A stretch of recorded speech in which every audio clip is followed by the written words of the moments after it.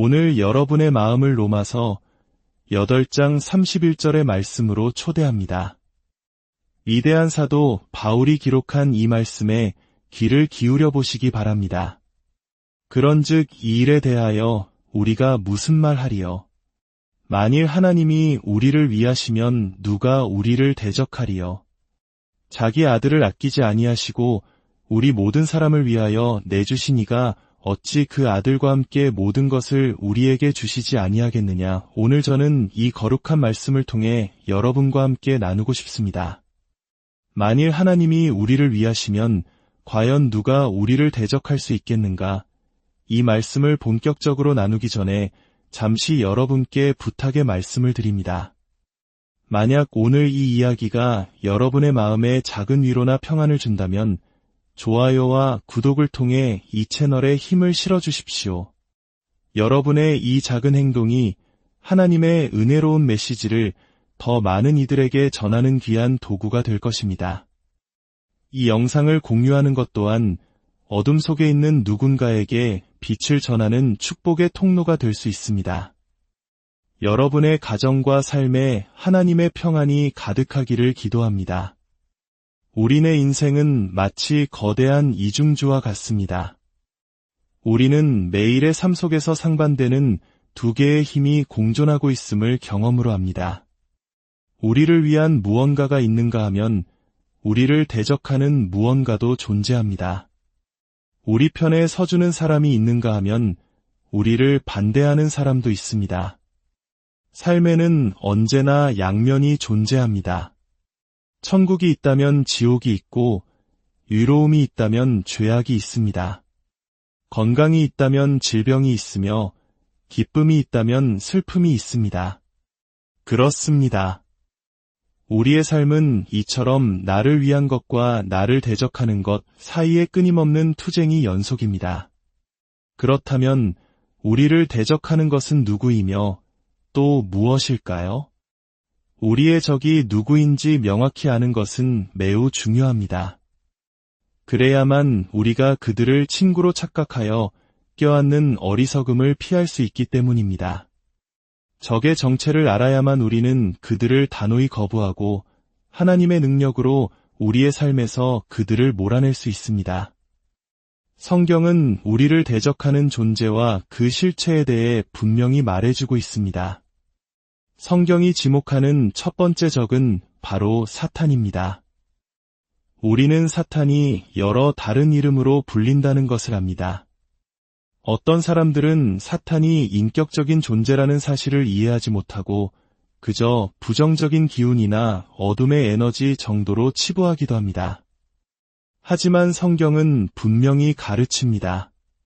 사탄은 인격적인 존재이며 한때는 하늘에서 가장 빛나고 아름다웠던 대천사 루시퍼였다고 말입니다. 그는 모든 피조물 중에서 가장 찬란했으며 하늘의 천사 3분의 1을 다스리는 권세를 가졌습니다. 그러나 영원한 과거의 어느 순간 그의 마음에 교만이 싹 텄습니다. 그는 창조주이신 하나님의 자리를 넘보고 그 권능을 찬탈하려 했습니다. 하나님께서는 루시퍼의 마음속에 있는 죄를 보셨고 그에게 말씀하셨습니다. 너는 하늘에서 쫓겨나 땅으로 떨어질 것이다. 결국 그는 자신을 따르던 3분의 1의 타락한 천사들과 함께 이 땅으로 쫓겨났습니다. 그리고 오늘날 성경은 그 사탄이 우는 사자처럼 두루 다니며 삼킬 자를 찾고 있다고 경고합니다. 사탄은 인류를 향한 사악한 일을 행하며 4가지의 끔찍한 자식을 두었습니다. 바로 죄, 질병, 악령, 그리고 두려움입니다. 사탄은 이 4가지의 악한 모습으로 자신을 위장하여 인류에게 고통을 안겨주려 합니다. 첫 번째는 죄입니다. 죄는 우리를 대적합니다. 당신이 죄를 지을 때마다 그것은 스스로 무덤을 파는 것과 같습니다. 죄를 지으면 당신의 양심은 무뎌지고 당신의 영원한 소망은 무너지며 당신의 인격은 파괴됩니다. 성경은 분명히 말합니다. 죄의 삭은 사망이라 그렇습니다. 죄는 당신을 대적하며 사탄은 당신을 대적합니다. 우리 인간이 때때로 저지르는 그 악한 행실들이 바로 우리 자신을 겨누는 칼날이 되는 것입니다. 두 번째는 질병입니다. 질병 역시 우리를 대적합니다. 제가 사역을 하면서 만나는 수많은 사람들을 통해 죄, 질병, 악령, 두려움이라는 네 가지 적과 끊임없이 마주하게 됩니다. 질병이 당신의 친구라고 단 한순간도 생각하지 마십시오. 질병은 하나님께서 주신 것이 아닙니다. 하나님께서는 인간을 온전하고 건강하며 영적으로 하나님과 완벽한 조화를 이루는 존재로 창조하셨습니다. 그러나 죄가 들어오면서 그 조화는 깨졌고 질병이 몸을 덮칠 때 우리 육체의 균형은 무너집니다. 성경은 질병을 마귀에게 억눌린 것이라고 표현합니다. 그리고 하나님께서 그리스도에게 성령을 부어주사 이 모든 질병과 아픔을 치유하게 하셨다고 말씀합니다. 예수님께서는 모든 종류의 질병과 마귀에게 억눌린 자들을 치유하러 오셨습니다. 질병은 당신의 때가 되기 전에 당신을 쓰러뜨리고 당신을 가족에게서 떼어놓으며 당신을 무력하게 만듭니다. 하나님께서는 바로 그 질병을 치유하기 위해 이 땅에 오셨습니다. 세 번째는 악령입니다. 악령, 즉 마귀들 또한 우리를 대적합니다. 세상에는 악령들이 존재합니다. 어떤 이름으로 부르든 그 본질은 변하지 않습니다. 그들은 사탄의 부하들로서 인간의 생각과 육체를 지배하고 자신들처럼 사악한 존재로 만들려 합니다. 성경은 더러운 영, 가학적인 영, 음란한 영 등 다양한 종류의 악령에 대해 이야기합니다. 그들의 궁극적인 목적은 인간을 통해 하나님을 대적하는 것입니다. 수많은 사람들이 제게 악령에게 사로잡혔을 때 그들의 목소리를 들었다고 고백합니다. 저는 지난 수십 년간 수만 명의 악령 들린 사람들을 위해 기도했고 하나님께서 행하시는 위대한 구원의 기적들을 목격했습니다. 몇 년 전 저는 악령에 사로잡혀 정신을 잃은 한 여성분을 위해 기도한 적이 있습니다. 오랜 시간 고통받던 그녀가 치유되었을 때 그녀의 얼굴에는 빛이 감돌았습니다. 그녀는 남편을 돌아보며 이렇게 말했습니다. 여보, 이제야 예전의 나로 돌아온 것 같아요. 그 순간은 역사적인 순간이었고 진정한 해방의 시간이었습니다. 남편과 아내가 서로를 부둥켜 안고 예전의 나로 돌아왔다는 아내의 말을 듣는 그 모습은 참으로 감동적이었습니다. 네 번째는 두려움입니다. 두려움은 우리를 대적합니다. 성경은 하나님이 우리에게 주신 것은 두려워하는 마음이 아니요 라고 말씀합니다. 두려움은 하나님으로부터 온 것이 아닙니다. 당신이 두려움을 느낄 때 이것 하나만은 기억하십시오. 그 두려움은 당신의 적입니다. 그리스도께서는 두려워하지 말고 믿기만 하라고 말씀하셨습니다. 두려움은 우리의 잘못된 믿음이 낳은 산물입니다.